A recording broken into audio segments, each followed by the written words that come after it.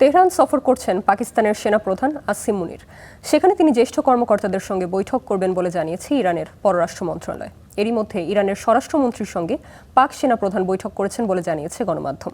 মঙ্গলবার তেহরান যাচ্ছেন ওমানের পররাষ্ট্রমন্ত্রী আল বুসাইদি।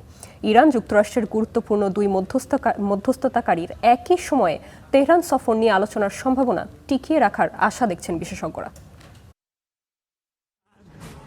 আবারও তেহরানে পাকিস্তানের সেনাপ্রধান ফিল্ড মার্শাল আসিম মুনির। চলতি বছর তার তৃতীয় ইরান সফর এটি। কিন্তু সফরের কারণ নিয়ে মুখ খুলছে না ইসলামাবাদ। ইরানের পররাষ্ট্র মন্ত্রণালয়ের মুখপাত্র ইসমাইল বাঘাই কেবল এটুকু বলেছেন যে আঞ্চলিক শান্তি ও নিরাপত্তা জোরদারের সহায়তার লক্ষ্যেই এই সফর। মুনিরের এই সফর এমন এক সময় হচ্ছে যখন ইরান যুক্তরাষ্ট্রের কূটনৈতিক আলোচনা স্থবির।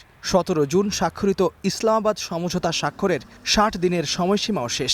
ইরানের উপর আরোপ হতে যাচ্ছে যুক্তরাষ্ট্রের নতুন নিষেধাজ্ঞা, অর্থনৈতিক ডিডে।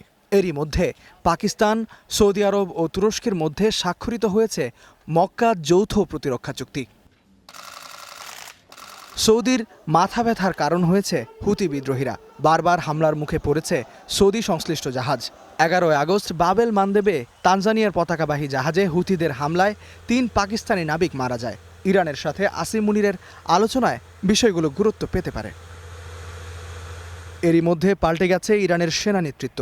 নতুন আইআরজিসি প্রধান, নতুন চিফ অব স্টাফ আর সুপ্রিম ন্যাশনাল সিকিউরিটি কাউন্সিলের নতুন সচিবের সঙ্গেও তার বৈঠক হতে পারে। মুনিরের এই সফর ইঙ্গিত দিচ্ছে মধ্যস্থতাকারীরা ইরান যুক্তরাষ্ট্রের মধ্যে আলোচনার সম্ভাবনা টিকিয়ে রাখার আশা ছাড়েনি। কারণ মঙ্গলবার তেহরানে যাচ্ছেন আরেক মধ্যস্থতাকারী ওমানের পররাষ্ট্রমন্ত্রী আল বুসাইদি। দুই পক্ষই পাকিস্তানকে এমন একটি দেশ হিসেবে দেখে যে সংলাপ সহজ করতে সহায়তা করেছে, কিন্তু ফলাফলের ক্ষেত্রে যার কোনো ব্যক্তিগত স্বার্থ নেই, নিজের জন্য কিছু পাওয়ারও নেই। এটি তাকে একটি নির্দিষ্ট স্বচ্ছতা এবং সংশ্লিষ্ট সব পক্ষকে সমাধানের পথ দেখানোর সক্ষমতা দেয়। এই বিশেষজ্ঞের মতে দুপক্ষই চায় পরোক্ষ আলোচনার দুয়ারটি টিকে থাকুক। এর মধ্য দিয়ে হরমুজ সচল হবার আশাও দেখছেন কেউ কেউ। ইস্তিহাদুল মাহমুদ, স্টার নিউজ।